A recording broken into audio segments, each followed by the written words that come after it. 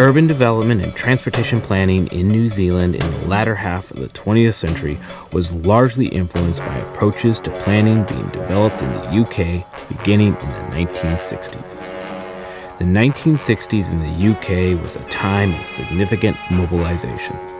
From the containerization of freight to mass expansions in air travel, within cities, significant work was underway to accommodate rising auto ownership and the expansion of the highway system. Planning in the UK and subsequently in many other countries and cities around the developed world was highly influenced by the UK Ministry of Transport report called Traffic in Towns.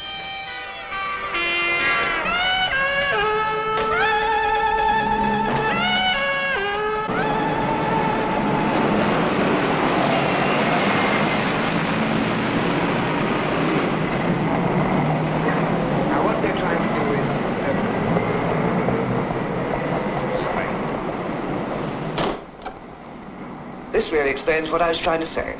That racket outside is a symbol of the mess our civilization's finally made for itself. The noise is awful, but the noise is just a superficial part of what we're putting up with. Everybody knows that we're being invaded, devoured, and practically immobilized by our own machinery.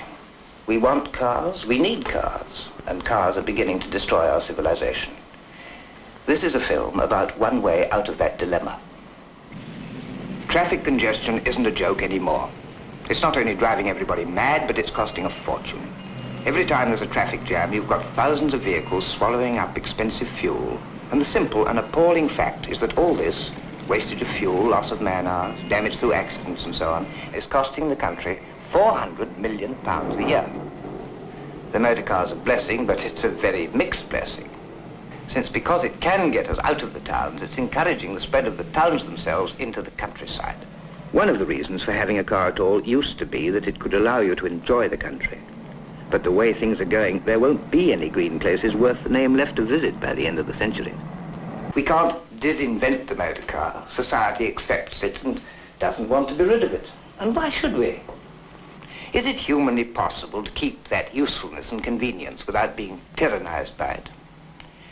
In 1960, the Minister of Transport decided that this was a situation that required special study. So he set up a small group led by Colin Buchanan to go into it really thoroughly and produce its own quite independent report. It was a mixed team of specialists, town planners, architects, engineers. This group has now come out with this report, and if anyone can tell us what the problems of the next 50 years are going to be and what the solution is likely to be, surely Mr. Buchanan should be the man to do it. One thing we feel quite certain about is that solution is not the right term. There are no straightforward answers. This is much more in the nature of a social situation, which has to be dealt with by policies applied over a period. But surely there must be some fundamental reason. The trouble really is the traditional arrangement of buildings along streets, which has been the basic form of towns ever since towns began. This arrangement has been put out of date by the motor vehicle almost at a stroke. The double-sided street, serving for the movement of vehicles, for direct access to premises, and for pedestrians, seems as though it were designed to produce traffic jams and confusion. It may not have mattered very much in the days of horse-drawn vehicles, but it produces disastrous mixtures of traffic and pedestrians now. Whichever way you look at it, towns seem to be all wrong for motor traffic. Too many twists and turns, too many intersections, no room for parking. Did you catch that? It's easy to miss. What Buchanan is suggesting is not that cars are actually wrong for cities, and therefore we should work on transportation modes that are better suited for urban environments. Rather, he is arguing that cities themselves are an impediment to cars, and as we will see in a minute, they should be fundamentally altered to be more accommodating for personal vehicles. This is a critical concept that emerged in the mid-20th century. Contriving accessibility for vehicles is only one part of the problem. The other part is to ensure that there isn't a devastating effect on the surroundings for living, or as we call it, the environment, by the universal presence of motor traffic. Surroundings have suffered terribly already, but as we've all grown up with the motor vehicle, we tend to take its adverse effects very much for granted, but we don't have to do this. There seem to be certain values in towns which we need to reassert. There is the right to be safe from traffic, instead of having to worry constantly about the frightful penalties which a moment's forgetfulness may involve. There is the right to enjoy stimulating surroundings. How can we take a pride in surroundings when so often they can only be viewed through or over a screen of motor vehicles? There is the right to reasonable freedom from the noise of modern traffic. It's hardly an exaggeration to say that one measure of the civilized quality of a place is the freedom with which people can walk about in comfort and safety. Streets are not only for vehicles, many are for living in and being in. Because of the way towns are put together, there's nearly always a conflict between accessibility and environment. If you try to improve the accessibility, you make the environment worse. If you try to improve the environment, you have to cut down on the traffic. The only way out of this dilemma is by adjusting the physical structure of towns. Difficult though this is, the principle on which it is based is quite simple.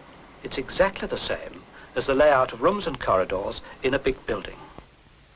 Take a hospital, for example, and imagine that all the wards, laboratories, operating theatres, ancillary rooms and kitchens were in direct communication with each other. What confusion would result? You might even get the tea trolleys being pushed through the operating theatres. But apply the simple principle of corridors, and it begins to sort itself out at once. The wards and other rooms become places where the environment is supremely important. They might be called environmental areas. The concept here of environmental areas became influential in many places outside the UK, particularly in the United States, where suburbs were rapidly developing. Eliminating fast-moving traffic and spacing out parcels became attractive in many places. It also contributed to the growth of non-connected roadways and cul-de-sac subdivisions we saw earlier. They only have to deal with the traffic that belongs to them. These parts of the hospital are all linked together by subsidiary corridors. It is the main corridors that take all the longer movements between the principal departments of the building. Exactly the same principle applies to the accommodation of traffic in towns. There must be areas of good environment, the rooms of the town, where people can go about their daily life in reasonable freedom from the hazards of traffic. And there must be a complementary network of roads, the corridors of the town, for effecting the safe and unobtrusive distribution of traffic to the individual environmental area. They only have to deal with the traffic that belongs to them. These parts of the hospital are all linked together by subsidiary corridors. It is the main corridors that take all the longer movements between the principal departments of the building. Exactly the same principle applies to the accommodation of traffic in towns. There must be areas of good environment, the rooms of the town, where people can go about their daily life in reasonable freedom from the hazards of traffic. And there must be a complementary network of roads, the corridors of the town, for effecting the safe and unobtrusive distribution of traffic to the individual environmental areas, and at the same time providing for the major movements between the main districts. What Buchanan is formalizing here, and in his report, is another important concept that would later become influential in the development of suburbs in New Zealand and many other places. This is the concept of hierarchy of roads. When combined with his environmental areas, the Traffic in Towns report is, in a sense, hearkening back to an earlier idea of boulevards and wide-open spaces envisioned in Ebenezer Howard's 1902 Garden Cities concept. How do you restrict traffic? This is a very difficult point of which we haven't much experience so far. There are various possible methods. A system of permits for entry into defined zones, a system of pricing the use of road space, or, and this is very important, you could control the amount of parking, where you provide it and how much you charge for it. But in the long run, a great deal is going to depend on public understanding of the position and on the maintenance of good public transport. Though very quickly mentioned, these concepts of pricing roads and parking and the provision of public transport supply are now fundamental to transportation planning. They fall under the umbrella of transportation demand management. Common economic thought tells us that people respond strongly to price signals. For example, when the price of gas increases, people tend to drive less and seek alternative modes. When gas prices are very low, people drive a lot more than they usually would. The same concept can be applied to roads and parking. The idea of congestion pricing is to charge drivers more to use a particular road or traffic lane the busier it gets. Increasing the price while the demand for that good is also increasing means for some users, particularly those that are somewhat indifferent to traveling at that time on that road or by car, will change their behavior. This will reduce the overall demand for the priced facility. In theory, if priced high enough, congestion can be reduced or eliminated. Cordon pricing is very similar. But rather than pricing an individual road or lane, it sets a price for particular vehicles that cross a boundary. London, again, is a famous example, where personal automobiles are charged to enter the CBD. This charging scheme reduces car traffic inside the densest parts of the urban core and increases demand for public transportation. The price of parking has a significant impact on the demand for that parking. In many cities, it is free or extremely cheap to park a car in the urban core. When those spaces are contested at the height of demand, people tend to cruise around the city while looking for a space or waiting for one to open up. When the price of parking increases, particularly during peak demand, some travelers that might have driven to the CBD at that time will take public transport, carpool, or travel at a different time. This increases the availability of spaces for those willing to pay the price and reduces wasteful driving like cruising. For many of these pricing concepts to be successful, there must also be alternative modes of transportation available for travelers. Public transportation is the most efficient and potentially the most equitable mode for transport in urban areas. We'll spend more time on these concepts later in class, but they are good things to keep in mind as we explore the many ways planners have tried to address the use of personal automobiles.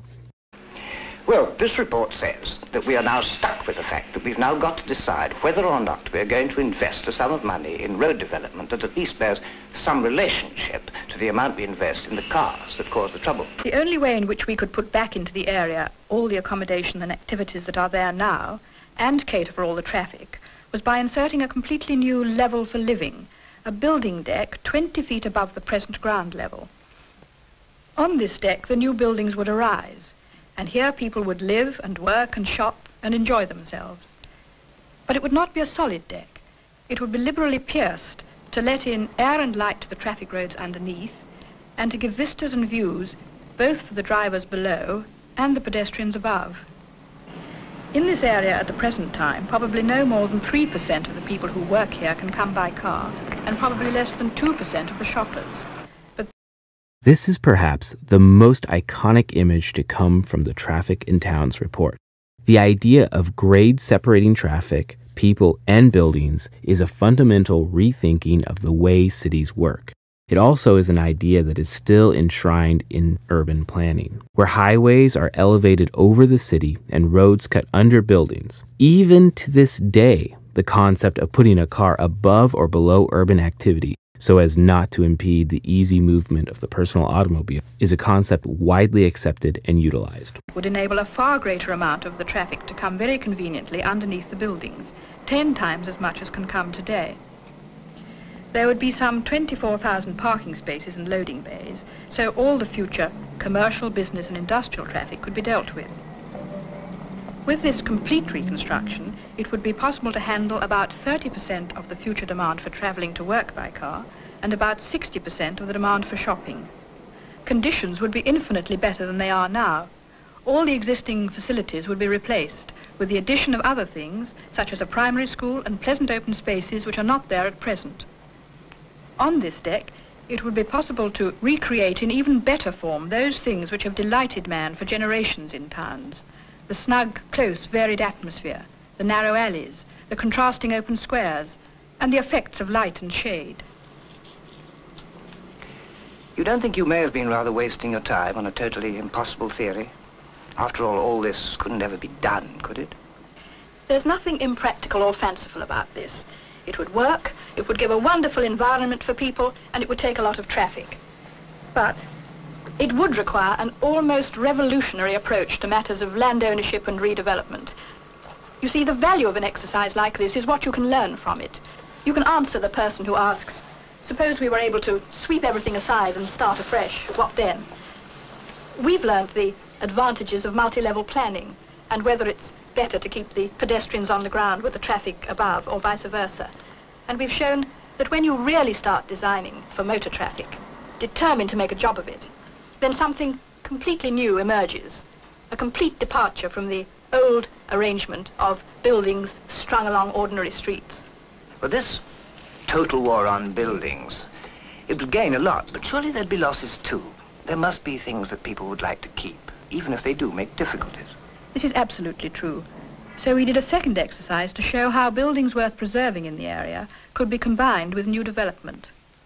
We have preserved Fitzroy Square, for example, and it results in a very interesting combination of old and new, of lower and upper levels. Of course, with these buildings and features preserved, it wouldn't be possible to contain as much traffic as in the scheme for complete redevelopment. But even so, it is far more than can decently be accommodated in the area today. I know I keep saying it, but it does seem to be pie in the sky. Would you really say it's a practical scheme? It would have been a perfectly practical scheme a few years ago. And why not now? Because it does require large-scale redevelopment, and the chances of doing this have been prejudiced by the piecemeal reconstruction of individual buildings, buildings which petrify the existing inefficient layout. Gradually, building by building, this area is being reconstructed by owners and property developers. New buildings, but the same old sites and the same old street patterns. The opportunity for a new, practical, comfortable and safe shopping and business area has slipped away, for a generation anyhow. It's pretty obvious that we shall never get anything like this if we rebuild in penny packet installments. We need to tackle the comprehensive redevelopment of large areas, and this will call for a new kind of cooperation from the owners and developers of property, a readiness to join together in the exciting business of creating a new environment.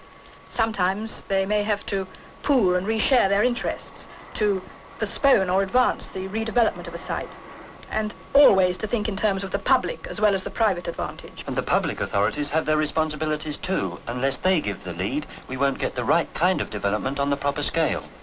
It's also their responsibility to study traffic and movement objectively, and to base their plans on facts and not just hunches. And the third factor, surely, is the public. They, that's to say us, have got to put up with a lot of new ideas and a lot of upheavals and inconveniences. That's something you planners have got to take into account. There is, of course, plenty of evidence already to show what happens when all these interests do get together to build a new and better environment for people. There are, for example, our own new towns. The New Towns Act of 1946 officially kicked off the movement of urban decentralization in the UK. The principles of the new towns were also inspired by the Garden City movement and were seen as a way of redistributing the population and manufacturing centers. Following the New Towns Act, over 20 new towns were built in Britain, most of them in England. Among the most famous of them were the 8 London new towns: Basildon, Bracknell, Crowley, Hatfield, Harlow, Hemel Hempstead, Stevenage, and Welwyn Garden City. All were designated before 1950, and most were intended to eventually house at least 50,000 people. The new towns in general, and the London new towns in particular, were generally recognized to have made a significant improvement in the post-war housing shortage in the capital city. Although they accorded with the decentralization drive of the Greater London Plan of 1944, they were not the product of that plan, but of the New Towns Act. All right, what does the report say about the new towns? The ones built after the war have the advantages of good environment, but no one could foresee the huge rise in car ownership, so they were planned on the basis of 1 car for 4 families. That's going to be totally unrealistic now. Still, at Stevenage here you can see the advantage of a properly designed system which channels the long-distance traffic and protects the living areas by a subsidiary system for the slower vehicles. The new town of Cumbernauld had the good fortune of being able to work on the experience of the earlier ones and could therefore be planned far more realistically. for 70,000 people and about 30,000 vehicles, one car for each household. So its layout is much more exciting. In the central shopping area, for example, it's as though the centre of Stevenage had been jacked up 20 feet and its service roads and parking spaces gathered up underneath. Coventry now. When Hitler flattened the centre of the city, he at least provided a chance for planners with imagination. After the plans were put into operation, it was realized that the expansion of car ownership and traffic pressure would be terrific, and more parking spaces were allowed for, incidentally, in the most interesting way on the rooftops. Nevertheless, if the Coventry architects could start again, they'd almost certainly be even more drastic. Now they're realizing that most people will have to arrive in the centre of the town by public transport, so bus services are a vital part of their plans. To some extent, Coventry shows how the physical shape of the city and the needs of its traffic can and must be welded into one concept. It is a fact that they order these things better abroad, or at least they often do. Stockholm, for example, has been really gone over in the light of modern conditions. Some of the principles we outlined in the Tottenham Court Road area have actually been done here. We know there's no use planning to throw the onus onto public transport systems if they're not good enough to cope with the load, as practically nobody's is at the moment. Stockholm then put a great deal of public money into a brand new underground system, for one thing. They also spent a packet on a plan that separates pedestrians and traffic in practice, and at the same time preserving the old parts of the town that they wanted to keep. The old and the new, the variation of levels, it makes a most articulate city.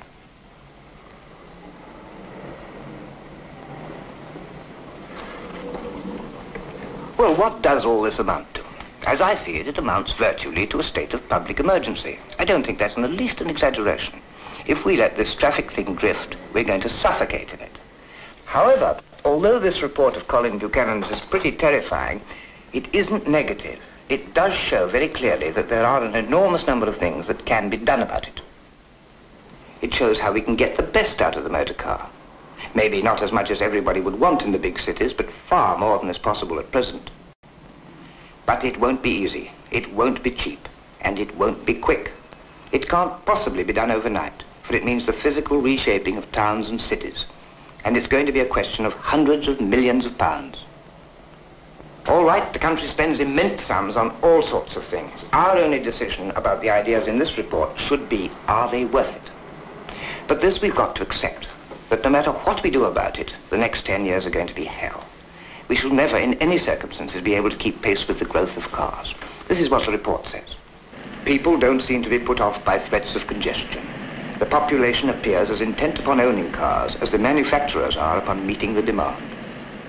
The report also warns us that in the next 10 years, the car population is going to double itself.